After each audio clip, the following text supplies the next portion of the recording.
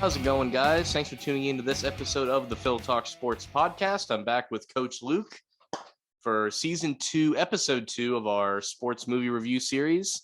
Today, we are doing the 2006 film Glory Road about the 1966 Texas Western Miners basketball team winning the NCAA championship. And it just hit me now, this coming out in 06 was the 50th anniversary of said championship. So good time for the movie to come out. Didn't realize that. Yeah, I'm just as I'm reading I'm like, 06, 66. It makes sense, right? There we go. And Numbers. It seemed like a good time to do a basketball movie because March Madness just ended. Congratulations to the Kansas Jayhawks, and we do have the NBA playoffs going on there in full swing right now. And much like LeBron James, we're all just sitting at home watching playoff basketball. So it was good to get a basketball movie in at this time, I think. Plus, I don't think we've done one baseball and everything else has been football. Right. I'm pretty sure. We are going to try and steer away from football for at least a little while. We might do the other type of football a little bit later this year. That is something we have going on here. Bend it like Beckham. Yeah. There you go. But there's a lot of great basketball movies. Like Coach Carter comes to mind for a lot of people. We talked when we did our Mount Rushmore, like Space Jam is always in the conversation. This movie, I always file under like underrated. And I also call it the Remember the Titans, the basketball form of Remember the Titans. And everybody's seen Remember the Titans. Not everybody's seen this movie. It takes place, in 1960s, where, very few black kids got to play college basketball and none got to start. They had all these, weird, rules about it and everything. And it took one guy down in El Paso to really change the sport forever. Yeah, this was my first time ever seeing it, actually. It's been on my Disney Plus watch list for, I don't know, a year now or something like that. But it was a great watch, and it informed me a bit more, because it educated me, because I didn't know about some of the stuff that was going on with college basketball back in the 1960s. Right. And I want to get this out of the way now because it won't really come up again. This is a solid 15, 20 years before the 3-point line.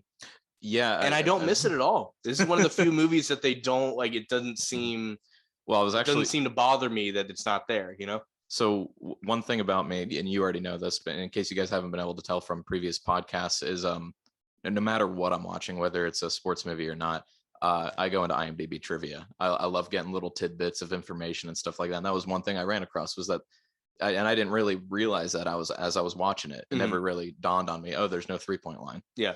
So because the 3-point line doesn't come along to like the early 80s, I believe. Yeah. So. Well, apparently they experimented with it like in the 40s, but they didn't make it an official thing until like 87 or something like that. So I think it was 87 in college and like 80. There's like a 2-3 year gap, but it came to college and then the pros. There you go. So one of those things. But don't miss the 3-point line, because the way they play, obviously, like you're not going to account for something that's not there, but like, so much about the coaching in this movie. Another reason I picked this one, I figured Luke could really like sink his teeth into like how much they go over coaching philosophies and how you handle players, how you handle your players as people too. Yeah.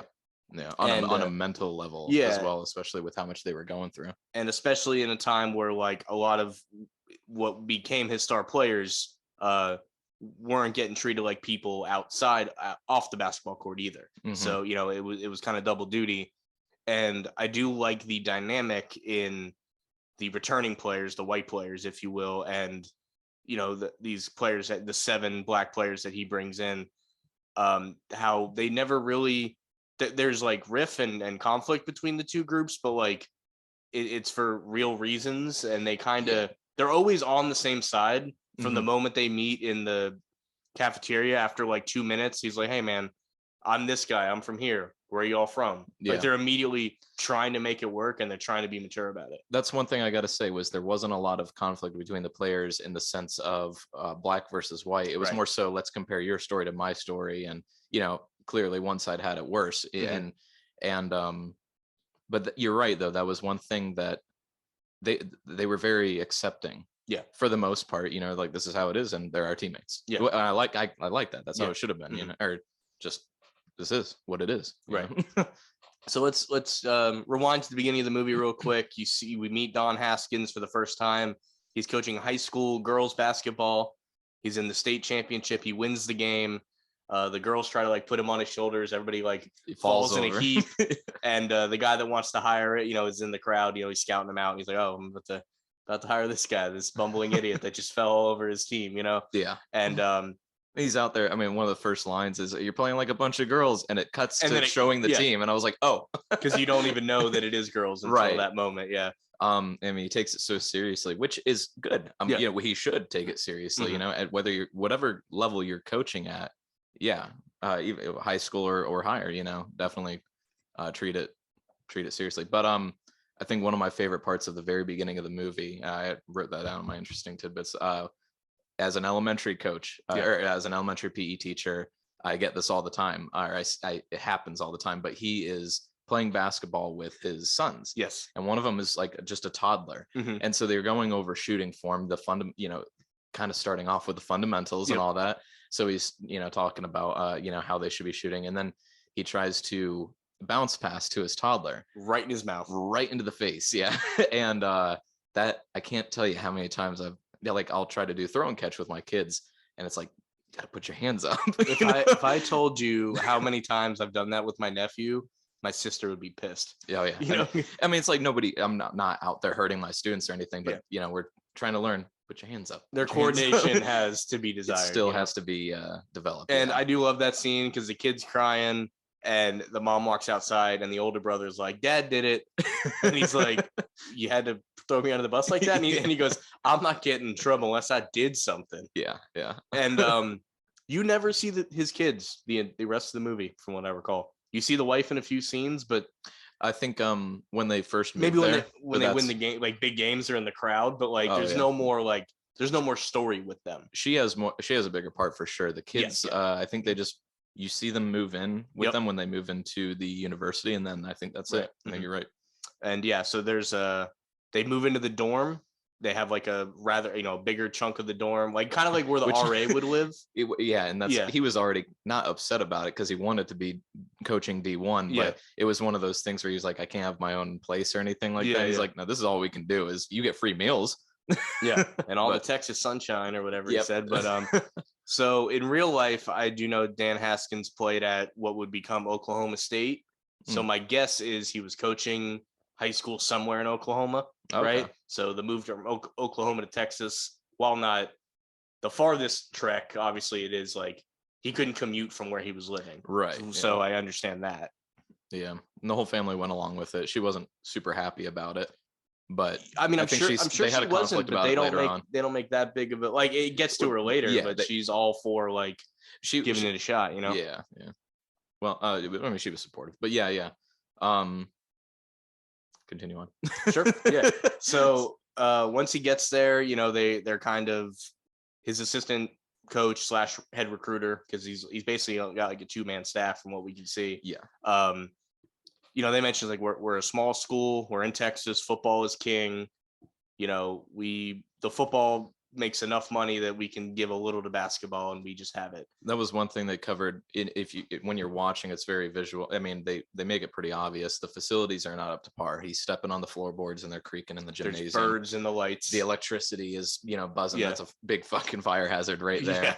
And they asks, "What's the recruiting budget?" And they're like, "It's not. It's in the lights. Yeah, birds hanging on the lights there." So he's working with next to nil right off the bat, but it's still D1, so he's happy to be there. And I don't know about you, but this actually leads to one of my I don't know if we're not necessarily getting there yet, but one of my favorite parts in the movie, and it's probably too long to count, but like this next 20-minute stretch of meeting all these recruits that he ultimately gets, these 7 kids.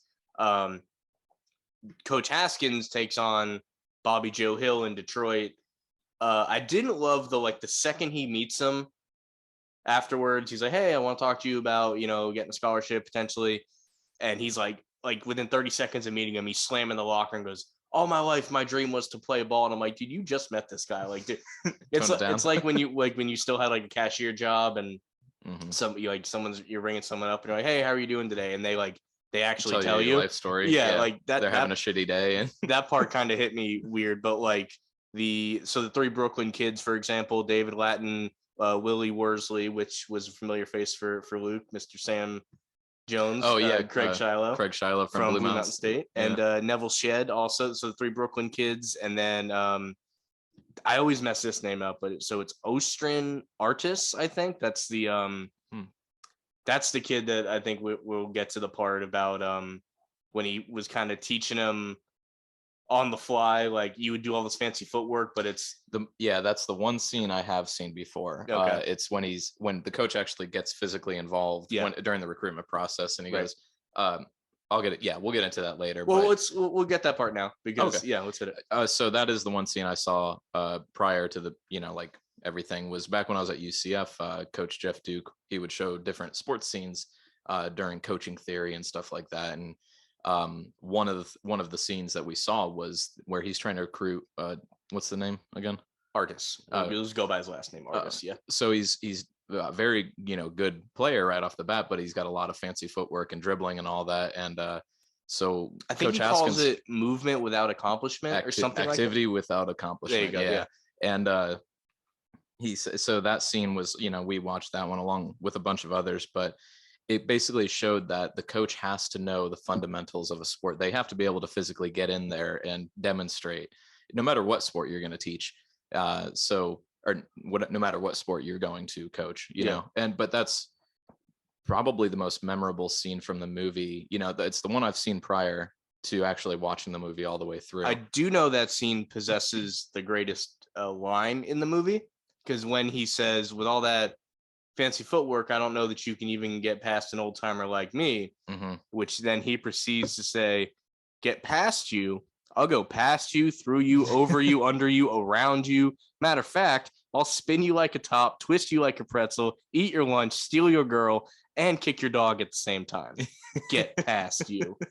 Best line in the whole movie. All right, the funniest line, I'll give you. Yeah, funniest. I did have one quote I liked from later on, but it's funniest line. That's probably a better way to put it. Yeah, totally forgot about all. So yeah, the movie, even I watched it today actually, so it's still decently fresh in my mind. But at the same time, I've only seen it once, so I had a rewatch earlier this week. Yeah. So forewarning, I'm probably gonna mess up some names, or I won't know a character's name, and I'll just be like that guy, try to describe him. But yeah, that was a good line. Now that I think about it. And so he sends the assistant to Brooklyn for Latin, Worsley, and Shedd, and just walking onto a playground saying, "Hey, I'm looking for some colored boys." Probably not the best way to go about it. Yeah. And they steal his clothes or whatever, which he got off easy. Well, that's the thing. It's I don't know that they didn't beat him up necessarily. He didn't look beat up or anything. No. But when he's on the phone call with Coach, say, "Hey, I need you to wire me another $100 because they stole my clothes." Kind of. He's at a gas station, and the gas attendant says, "Hey, you want me to fill?" Oh, Coach Haskins is at a gas station. And the gas attendant is the real Coach Haskins, one of the cool IMDb trivia moments that we did find there. Yeah. I didn't realize that when I watched it. And it's cool when you see scenes like that. And, you kind of, any movie I watch, anything that seems a little unnecessary, there's an actor in there who's there was no reason to do that otherwise. So. It's now I'm kind of wondering, all right, let's go to trivia. That's got to mean something. That's got to be somebody. It's either when it's a biography kind of thing like this, or it's the director or the, or a remake, the original star is thrown in it as something. Yeah, absolutely. Exactly. But yeah, it's notable cast that I didn't expect to see Jon Voight step in halfway through the movie. Yeah. Of all people. I feel like he was, I could be wrong, but maybe the biggest actor of the movie. Who was it? Jon Voight. He was the opposing coach, Adolf. Oh, Mr. Sir from Holmes. Yeah, absolutely. Yeah. The rest of them, I knew Sam Jones III from Blue Mountain State, but other than that, which Blue Mountain State started when? Oh man, I want to say 2010. Okay, so this is before Blue Mountain State. Yes, you got to remember as well. So yeah, a little bit before. And I did know Austin Nichols. So he had a little pull at this point. He so that actually. Speaking of Sam Jones III and Austin Nichols, they had a few people who have acted in other sports related things. So a lot of sports vets, sports movie vets in this movie for sure. Austin Nichols was he was in One Tree Hill, which I know was a drama more so than anything. But it was a basketball show. Started that way. That's what it was. But he wasn't an athlete in it. And then he was in Friday Night Lights, but he wasn't an athlete in it. So he's been in all these athletic things, but he never plays the athlete. So that was kind of nice seeing him play as and I forget which player that it is, but I think it's the guy that plays Bobby Joe, Derek Luke, is Booby Miles in the Friday Night Lights movie, not show. Oh, okay. So I didn't know that. No, that's pretty. Like I said, another veteran. I did misspeak a minute ago. David Lattin wasn't the Brooklyn guy. It was Willie Cager, Worsley, and Shed. David Lattin, though, played by this guy, Shin Kerr. I checked his IMDb. That's the only thing he's ever done. Because he's an actual basketball player. He's played professionally in, I think it said Italy and China. Oh, okay. And gotcha. It's one of those situations like you've ever seen the movie Miracle, the Disney movie Miracle. It's on my watch list. all the kids, all the hockey players in that movie are real hockey players. And one of the directors said, like, it was easier to teach hockey players how to act than actors how to play hockey. Right. And I think there was a little bit of that in this movie, you know? He was one of my favorite characters, to be honest. He reminded me a lot of, if you've seen Coach Carter, well, there's a character in that like I had to make sure they weren't the same person. Oh, okay, gotcha. Because they almost had the same personality too, so that made it even easier to connect the two. So out of the 7 new characters that get introduced, do you have a favorite other than out of those 7? Your love for Sam Jones third? Okay, so weirdly enough, he was probably my least favorite character in the movie, besides all the racists. You know, so all the racists were clearly my least favorite. They're all tied for number one. All tied for number one. Okay. He just had this attitude I didn't really like, and maybe had something to do with he was part of the Black Panther group, and so that takes a different type of attitude than the Martin Luther King. That group. And he was the shortest guy on the team, and they did not mind letting him know it. And as a short person myself, that does light a little fire under you. When they I have to admit, I busted out laughing when they called him Black Leprechaun. Yeah. I did not expect something like that to be said. I didn't know if we were going to get to this part yet, but I wrote down the abuse that he takes from his own teammates. Verbally, yes, yeah. From his own teammate. But he hands it out. Like, I'll give him that. Yeah. He's got credit for, he can dish it out, he can take it and all that. But yeah, there was many insults. I only wrote down my 2 favorite, and by favorite I mean like were the biggest burns I felt. All right. When they jump the border and they go party in Mexico after like the first couple of days of practice. Yes. He grabs an empty shot glass and he goes, "My man, can you fill this up with some cold water? My boy here wants to take a swim." Yeah. And then he like runs into somebody in a hallway and he tries to like bow up to him and they like pull him away.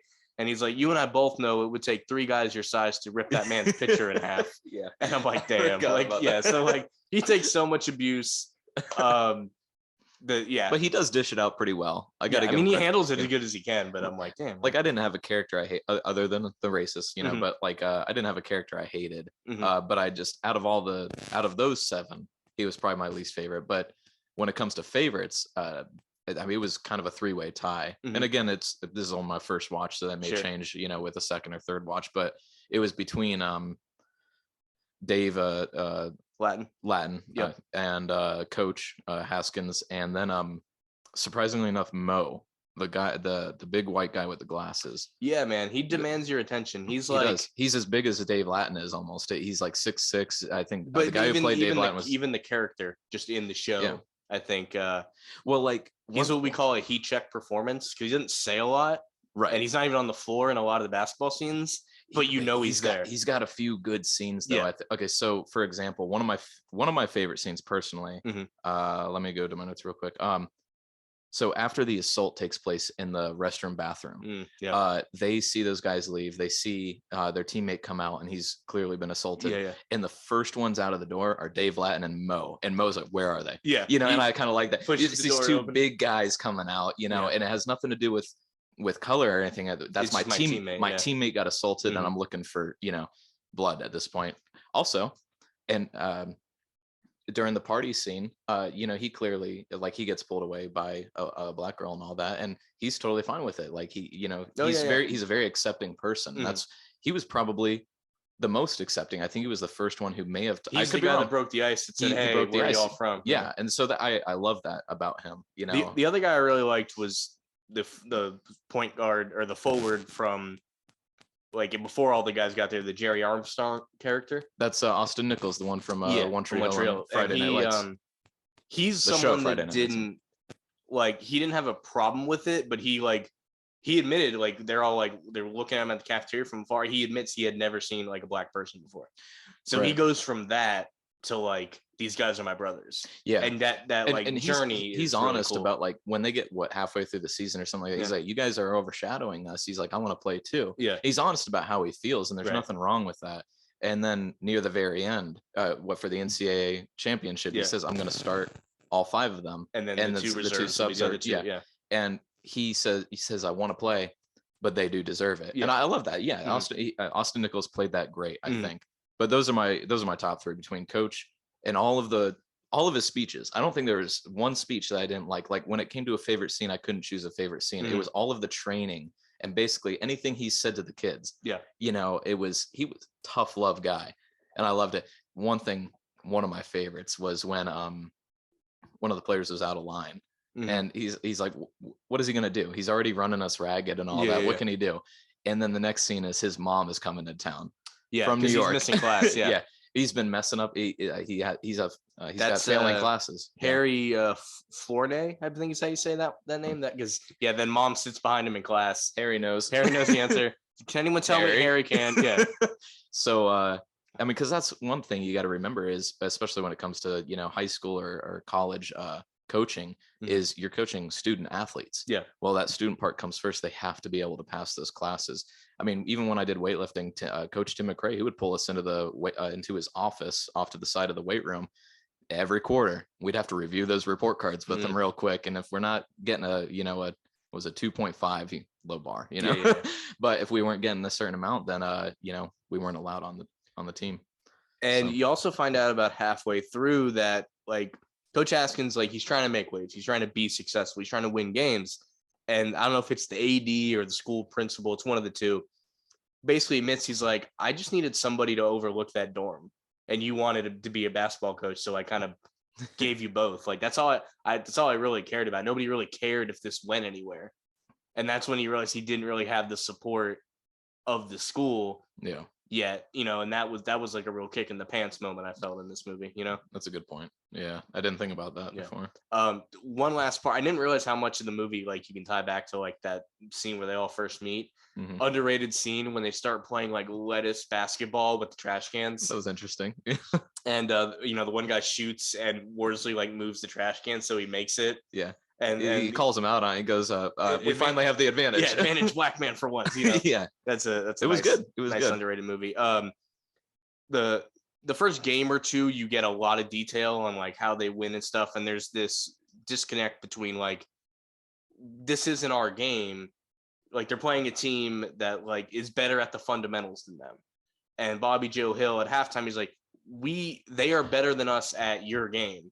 Let us play our game. It's their first rough game. Yes, they're playing number 4 Iowa State. Yep. And they are down at the half by like 16 points. Right. And he said, you're right. The coach he's looking at Bobby Joe. And Bobby Joe, by the way, he's kind of like the leader of the team. Yep. I'm going to go and give him credit because he's got, and every team should have someone who sort of unites the others. Yeah. And there is a turning point in the movie when that does happen. But he's looking at Bobby Joe, who's off separate from the rest of the team. He says, say it. He knows what's on his mind. Say it. And he says what he's thinking. But I like the way us play our way. Yeah. And they go back into the half. I know what you're about to say, and I agree. He's still stuck with the coach's plan. Yeah. And that's awesome. That's great that he followed it. But partway into the second half, it still wasn't going well. And he says, okay, you play your way and my way. Right. Mix the two. And I like the way he went about it, where he didn't just say, turn us loose. He goes, turn us loose because they're better than us at your version of this. Right. If we run your plays and our style, we're going to throw them off. We're going to be able to punch them in the mouth that way. Right. Yeah. And so after that, you kind of get the harmony of, like you said, you're going to play my way and your way. It's the fundamentals with more added on top with that flair, and the flair can be beneficial. Yeah. And basketball which kind of contradicts is very much a flashy sport, especially nowadays. Especially nowadays, yeah. But like I said, the flair can be useful, and saying that immediately contradicts what I'm about to say, which is my favorite quote of the movie during one of the, again, you can take any of his training quotes, and I love all of them, but the one that I immediately had to like write down or type out, it was great players make simple, basic, easy plays. Showboating's just nothing but insecurity. And I really, that stuck with me. I was like, oh, that's such a good quote, because if you can't do the fundamentals, the rest of it's bullshit. Yeah. Basically, That's so, like, to compare it to my world, like when I was still in like TV program in school and stuff, I I didn't always get along with my professor. I had the same professor for 3 years. Like we clashed a lot. Mm-hmm. But the one thing that's like seared in my brain, it'll probably be like the last thing I say before I die, because it covers life. It's much better to do something basic very well than do something complex mediocre. Yeah. I mean, and I think that kind of carries over here. You know, I think what's interesting is these kind of those two quotes, and one thing that I say to my kids all the time, you know, K through 5 and all that, all of them are basically different wordings of the same thing. Yeah. So like for example, we'll get into, you know, and we're working on motor development, like really basic stuff, especially for the 5, 6, 7-year-olds and all that. But I always say the same thing. They probably get tired of it, but I'd rather see you do it slow and right than fast and wrong. There you go. You know, and that kind of comes down to the same thing. Some, you know, just flair. Yeah. Sometimes unnecessary. Once you have the fundamentals, add the flair on. Sure. I do, and it's funny that flair, you know, can lead to like what do you say, insecurities. But with the way these guys were brought up on the streets of Brooklyn and Detroit, you've got to be able to show. It brings confidence when you're able to do it with flair. Yeah. You know, which is something that Haskins maybe didn't realize until he saw it in action. I mean, even I know it's kind of going into a different sport, you know, but Tim McRae coached me in weightlifting, and that was one of the first things he realized. Everyone's clean and jerk was way better than their bench. Or not way better, but like better. Mine was the complete opposite. My bench was awesome. It was okay, but my clean and jerk was suffering badly. And so he realized my form was all off. Because weight doesn't matter at all if you can't do it with the right form. Yeah. So we brought the weight way down, worked on form. And then came back up. He worked with me for like a good 45, minutes straight, which for him, he had so many people on the team. I was happy to have that one-on-one time with him. And once I had that form down, the rest came with it. Yeah. So fundamentals first. And that's really, if there was a motto for this movie, fundamentals first. Yeah. You know, I mean, it does, you know, you can break it down as a concept of like, if you do less weight but have the form right, it's much more fulfilling than extra weight with your form being janky. Exactly. Like that's the most basic way of describing it, this movie, I think. Plus less chance of injury in any sport, you know, like nobody wants to get hurt permanently. Yeah. Speaking of injury, not really injury, but you do find out later in the movie that Willie Cager has a heart murmur. And enlarged heart, right? Yeah, enlarged heart, which is apparently something he always knew. And if you recall, the Brooklyn kids in this movie, they call them playground kids. They never played organized. They might have played in high school, but they don't really go into that detail. Street ball. Yeah. So, like, for example, maybe that's why. Maybe he wasn't allowed to play in high school because you need a physical, for example, you know, stuff like that. So, one quick like fact and fiction moment here I'll throw in. They make it seem like Willie didn't play for like half the season, and then he threw him in for the championship game. What they actually come up with, and I did a lot of research on this, they invented for him, they called him the 4-minute shift. Like he would never play more than 4 minutes straight. And that was his way of like not overexerting, but he could also go all out in those 4 minutes. There you go. I like it. And you see that in the championship game, but they kind of make it seem like that was the first time he did that. But really, it was something perfected over time. Gotcha. Yeah. He was the one who made the winning shot, right? At least in the movie. Yeah. Okay, so yeah, he was a good character too, because or a good person, I should say, because it's based on true events. But what I always like the athletes who, when they're injured and they're benched or sidelined or anything like that, and it's a long-term injury, the ones who still show up, they still care about the team. It's not just about the individual. It's not just about themselves. And I'm going to go and resort back to Mackenzie Milton, because despite his injury, he still stuck around, and then he started helping coach the next quarterback. See, you're more positive than me. I was going to go negative with it and call it the reverse Dylan Gabriel. So, but we had the same thought. We were just going to, the flip side. Yeah. You chose to praise somebody. I chose to take a shot at somebody, but we had the same idea. I'm not going to praise Dylan Gabriel. What I'm saying. No, you were right. Mackenzie Milton was the perfect example of doing that correct. Team above self. And I always like something like that. It's always, it's got to be the team above yourself. Definitely. So after that kind of rough game against Iowa that they do end up winning, we get, and I wanted to bring this up because we've talked in the past, not being a huge fan of montages, I felt this was a pretty decent montage. It was decent. And what I liked about it was the newspaper articles that popped up. Yeah. Because you saw the score. You saw, if you took the time to read, so-and-so had this many points. And like, you would notice that like this game, this guy broke out. And this game, this guy had a hell of a game. It wasn't like Bobby Joe Hill leading the way the whole time or something. Right. It's not about one star player. It's about the individual, like individuals within the team and how they're helping, So I will say, as far as montages go, especially in sports movies, this is definitely one of the better ones, I would say. There's nothing wrong with a newspaper montage. Like I said, it wasn't cheesy or anything. Again, done something basic, done really well. There you go. Because it gives you all the information you need, and then it moves on. Yep. I think one of the like scenes coming back from that, I mean, I could be wrong, but it's the athletic director talking to like the main booster. Yeah. And the booster, he bitched a lot because he didn't like 7 black people being on the team. And all, you know, when they're 17-0 and all that, even then he's still bitching. And then the athletic director is like, we're undefeated. Yeah. and by the end of it, he's like, I'm glad he admitted he was wrong by the end of it, but I'm afraid it was for the wrong reasons. Like, oh, you guys brought me I do think an NCAA championship. And I agree title. with you, but I do think there's also a point where he's like, we're 20-0 and I'm not happy. What's wrong with me? Like there is a moment of self-reflection there. I'll say this, throughout the movie, it seemed like a few people who were maybe originally prejudiced or racist did have their learning moments. Him being one of them, and then Jon Voight's character, Mr. Sears from Holes, yeah. But because what they said in the not the after credits scene, but the what do they call it at the end of the movie when they say, and this happened with this person. I don't know what you call that, but I love those. I'm a sucker for those. Oh yeah. Well, his character, he then recruited the first black person for a basketball team for University of Kentucky. Right before he retired.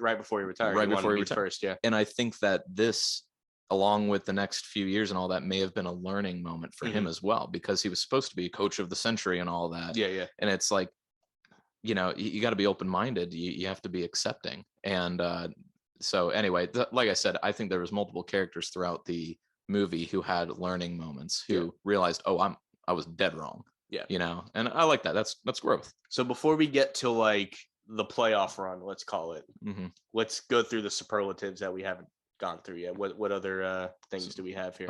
So we've already done let's see.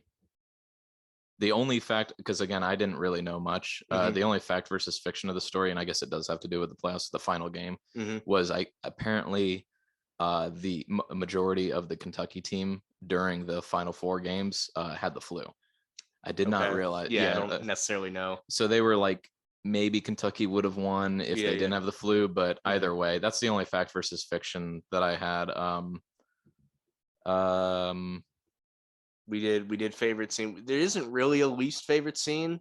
I didn't have many least favorite scenes. Some of the scenes I like are like the party scene when they go to Mexico. Yeah, well, actually, that was their first party scene, and that was when it was just the 7 black players. Yeah, I like the next one where it was go out with everybody. When they go out with everyone, like I like Nichols, Jerry Armstrong. He catches them. Are you guys going to church? Oh yeah, yeah. And they decide to all go together to the house party. Yeah, and it kind of builds on the camaraderie, because a team should know each other. If you want good team cohesion, which I bring up all the time, it can't just be about what's on the court or what's on the field or in the weight room. It's got to be about outside too. Like how do they get along with each other in other atmospheres? I do love at that same party, they're all sitting outside, and Armstrong asks them if they like being called black or colored. It's slightly offensive, but he's trying to reach out, and the whole bad is good thing that he's got to try to wrap his country brain around. That was funny to me, because he was a farm boy. Yeah, man, they called him so many things throughout the movie, and the only one is, some of them I didn't get the references, but one of them I did get. They called them Green Acres at one point. And the only reason I know that is because like me and my dad used to watch the black and white Leave It to Beavers, and Green Acres would come on afterwards. And I realized that's a 1950s like TV show reference. But that's very on brand for 1966. It's amazing that I was like, oh, I felt like Captain America. I understoed that reference. Actually, I did have this really good scene from Mo. Sorry. And that is, he's in a game, and one of the other, it might have been Iowa or something like that, one of the other players on the opposing team says, I see they're clearing the bench for anyone at this point, you know. And so Mo comes out, and it's like in the next play he ends up knocking him over or something. Like, coach sends his best, coach sends his love or something like that. And at the very end they win, and he blows a kiss to him. I love the small little insults. In the early recruiting, he goes to talk to him, that player, to recruit him. And he goes, "Hey, I'm Coach Haskins at Texas Western." And he goes, "Western Union?" Yeah. Oh, yeah. And was it that guy? Yeah. Was it really? That was that guy. Oh, shit. I didn't realize and that. then the other guy that he spoke to that kind of blows him off is actually playing for Kentucky in the final game. Oh, okay. I didn't realize there's a little bit of that going on there. And he says, "Yeah, sorry, coach, I'm partial to winning," and he walks off. So there's a little bit of that. But yeah, great story there. Little another heat check like appearance in this movie. The love interest for Bobby Joe Hill is Ashley Banks from Fresh Prince of Bel-Air, just a little older. I did not know that. Because Tina, right? Yeah, I think so. And they got married in real life? Yes, they did. Yeah, awesome. The characters, yeah, definitely. But yeah, I'm like, holy. Well, I mean, I meant in real life, like our real life. Yeah. Not just the characters. Now the only interest. So there was one thing that does have to do with the final game. I'm going to save that for later. But the only other interesting tidbit I found out was Disney was actually sued by Texas A&M University of Commerce, which was originally East Texas University. Yeah. So one of the scenes that I hated, but it was what it was all the racism that was displayed during when they went to face East Texas. And I get it was accurate and all that. What I mean by I hate it was you hate that hatred that they had, especially it's like when they the went, bathroom scene, like that. Yeah, that's probably exactly. The worst you don't want to see it in this when they go to the hotel room afterwards and the walls are painted in blood and all that. That was right after the East Texas game, but it showed they're in the South and the South was brutal. Yeah, in a horrible and way. El Paso, they even mentioned in one of their recruiting trips, it's like it's so far close to Mexico that they're more accepting. I mean, they're way more. It's. I think he calls it their own little oasis. Yeah. Well, I mean, you're dealing with multiple nationalities and all that. So it's a lot more of a giving thing. But once you get into Texas, it's not that way anymore. Yeah. Exactly. And so that bunch of scenes was hard to watch, because it was just so bad. But that was an interesting tidbit. Was that university ended up suing Disney over that? It was kind of like a defamation thing. Like defamation of character. What do they say? Portrayal of the school in the film. Yeah. And it was settled outside of the court. That's actually happening right now. So there's this show on HBO Max called Winning Time. It's about like the Lakers from like Magic Johnson's era. Okay. And the guy that plays Jerry West, who is, you ever seen the NBA logo and there's a silhouette of a player? Yeah. That silhouette is of Jerry West. Okay. And that guy was from, some hick town. He's portrayed as like this country bumpkin early in the show. And like, he's already suing the show over the depiction of himself. So like, that happens in these movies. Like, I'm sure some people didn't love how their grandpa was portrayed in like 42, for example. Right. But like, history is history, like I said, you got to kind of show it that way. I'm curious if East Texas was really that bad. I don't want to put them down because I don't know, but I'm assuming so. I mean, to pull up 42 again, like the part you saw, they happened to be in Philadelphia for like the worst part of it. Yeah. But I'm sure it was bad in Chicago and Pittsburgh and other places, but it's like that's just the one they decided to zero in on. Yeah, that's true. Yeah. We're going to take a quick break and then we're going to get right into the Miners push for the NCAA championship. So stick around. So, of course, right after we took the break, I did remember one other thing I wanted to throw in there. The bus ride for all the players into El Paso, and they're just like seeing the desert go by on each side. Yeah. Worsley, you got a nickel? I got to call my mama. Tell her I'm an astronaut. I'm the first black man on the moon. That scene, I got a good chuckle out of it, too. But, we get to the point where the Miners are in the NCAA tournament. I think they're like they're a 2 or 3 seed, from what I recall, because they're like number 3 in the country at the time.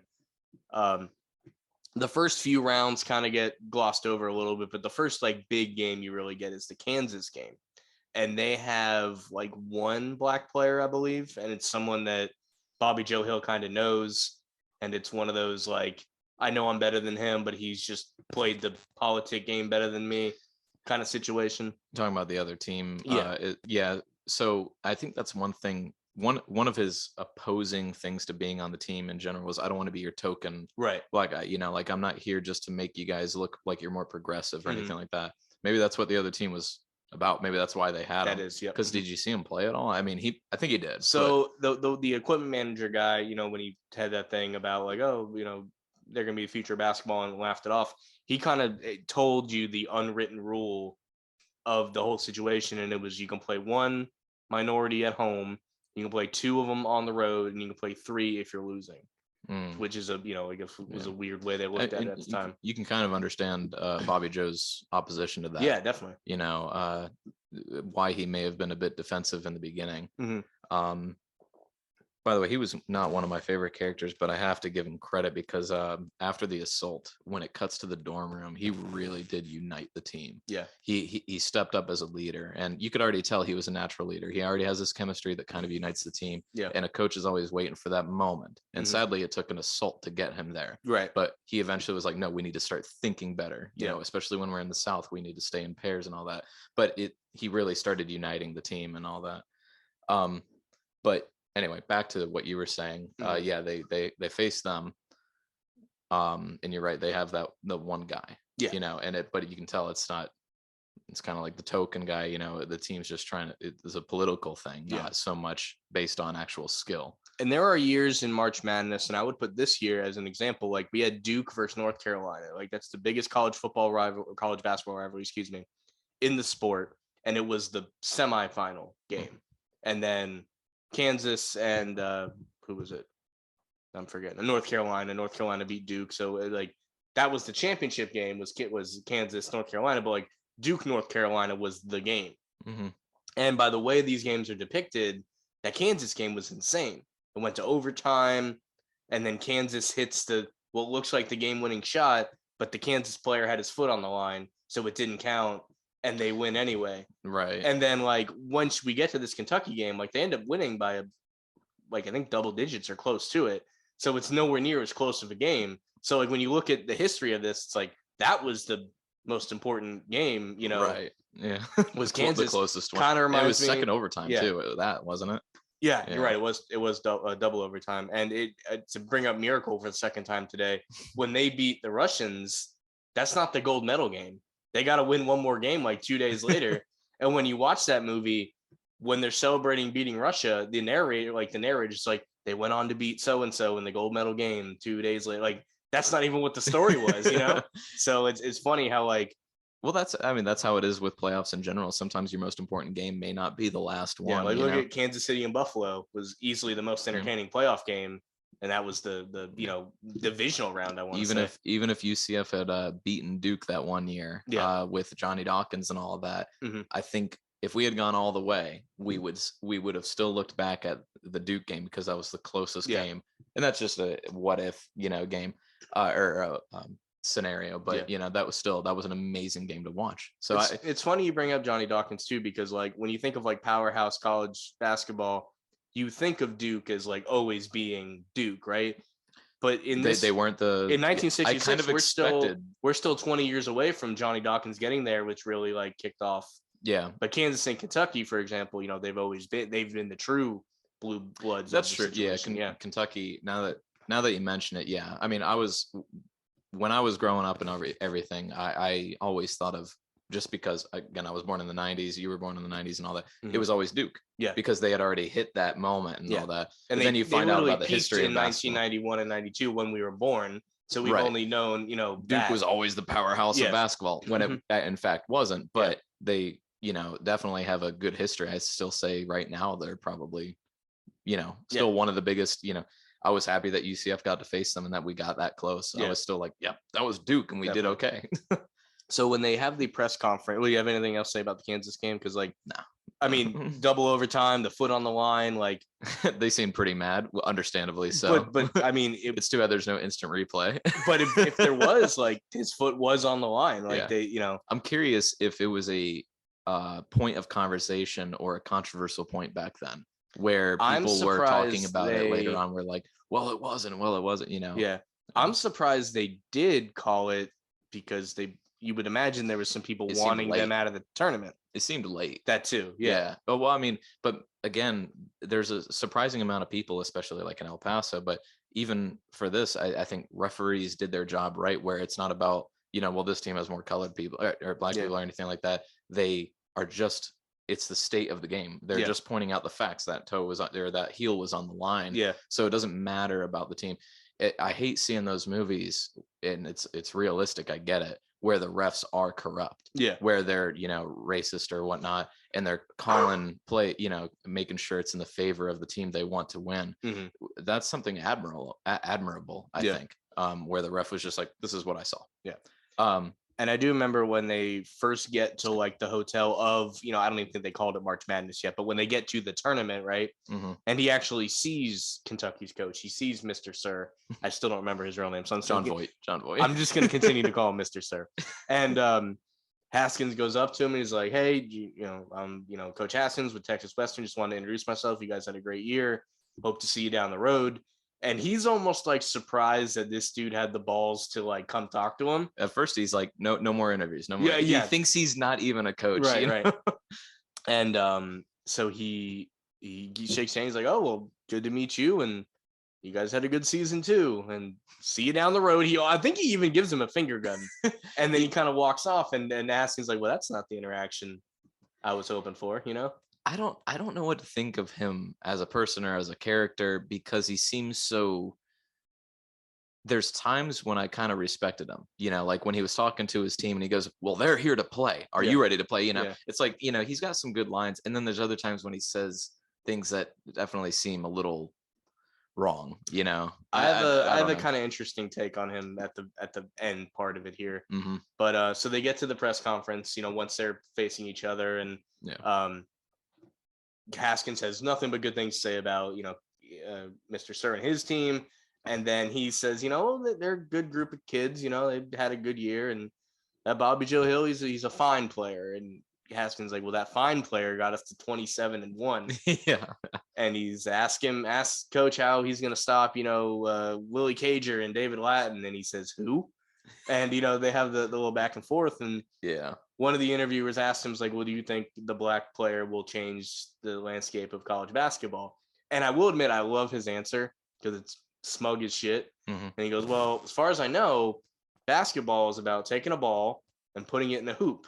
And you can quote me, I don't think that will change. So he's right and wrong at the same time. Well, he's being a pain in the ass. He's being a pain in the ass. But I get what you like. I like, he's right. Yeah. But he's also he's acting ignorant almost. And the thing is, what's nice is he did end up recruiting for University of Kentucky anyway. I mean, it kind of takes me back to the line earlier done by Coach Haskins when he's first recruiting Bobby Joe. He says, I don't see color, I see skill.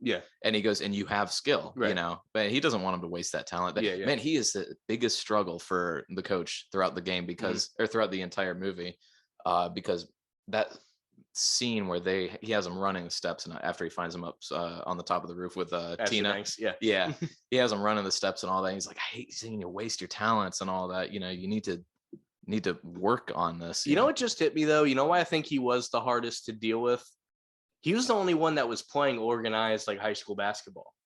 So he's the only one that saw the bullshit. Okay. The rest were street players. That's right. So he's the only one that ever dealt with being the token player on the bench.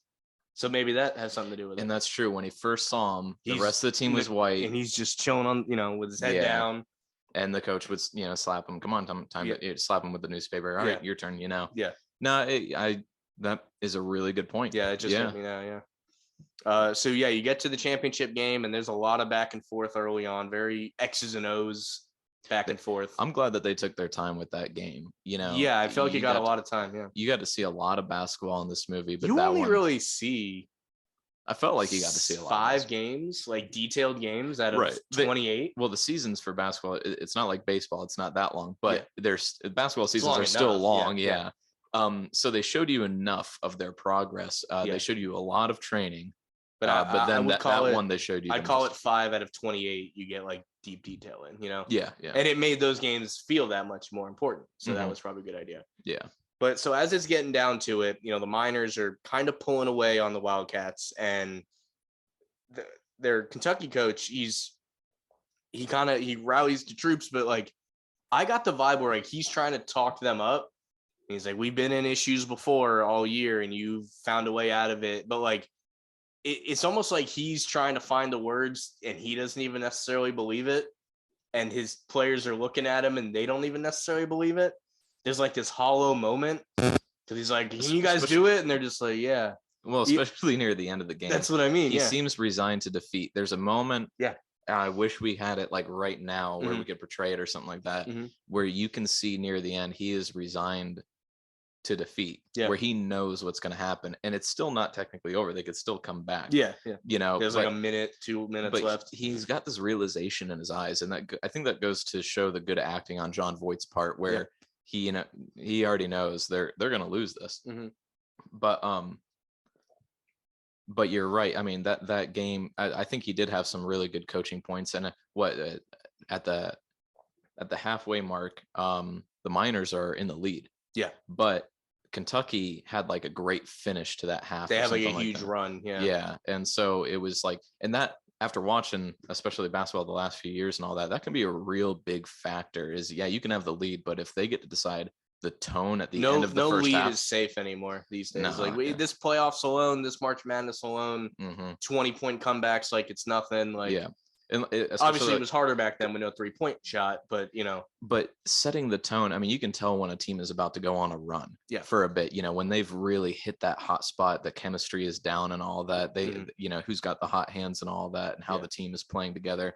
And they started getting that at the end of the first half. And that was, you know, they come into the second half swinging. Yeah. But you're right. By the end of it, it's just, he seems kind of more resigned. And how does he stop that run as he puts it, you know, they kind of tweak this to give us this moment where you're talking about Haskins. Yeah. Where he puts Willie Cage switching in. back and forth. Yeah. Oh yeah. That's right. And he actually puts him in because the mom actually tries to talk to him before the game.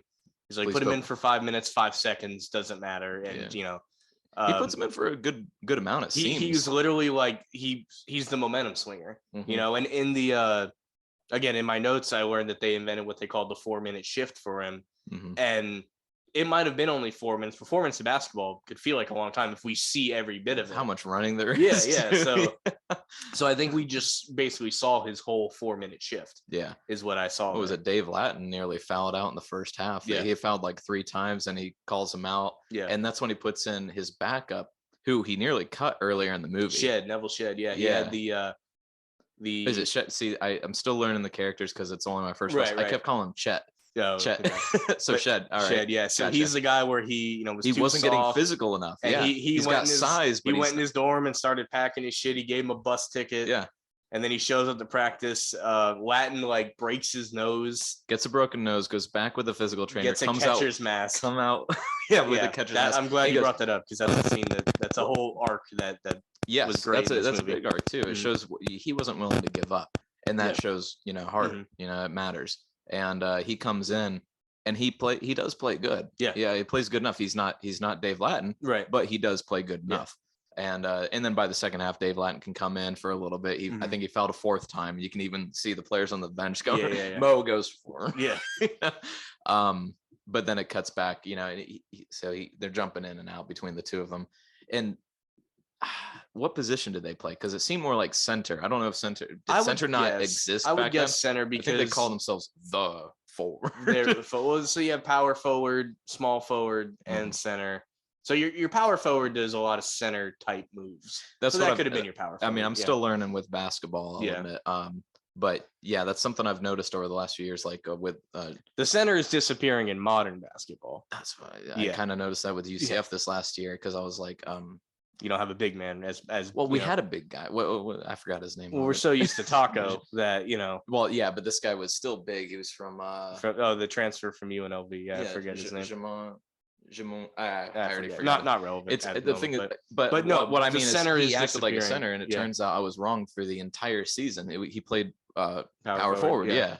So I don't know. It's just, it doesn't matter. I guess that's semantics. You know, I'm getting into this. I'm getting picky now. But back to the whole like what the Kentucky coach was feeling at the end of the movie. I feel like what I got from that was it hit him that's like, maybe I'm wrong about this whole thing. Maybe there's no reason not to use black players if they can help my team. I'm not saying I got to go recruit 7 of them and only play the 7 of them in a game, but it almost hit him like maybe I've been wrong about this whole thing for a long time. And I'm gonna tackle something you just said there. It's because I think there's growth not only as a coach but as a person, and this is where sports mirrors society and society mirrors sports a little bit, where I don't think it's just about what can help my team. I think it's about what's right, what's wrong. Yeah.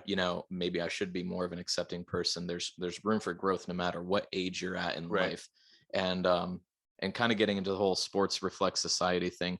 When they do win, there's a moment where they're playing this music in the background, and it sounds very African. And Shed, right? Shed, yep. Shed saying, "I'm a national Mama, champion. I'm a national champion." national that champion." was like the It's pulling at my heart. It was the equivalent of like, I'm going to Disney World, but it was real, That's the way it felt. And I have to admit, that was an emotional scene. It was pulling on my heartstrings. And as this whole scene is playing out and you're seeing how they have reflected everything they've gone through throughout this season, you realize it's not just about what they just went through this for the season and all that. It goes all the way back to, where we went wrong from the beginning, with enslavement and all that. And then even after, they were freed, for the last 100 years or so, they were still mistreated.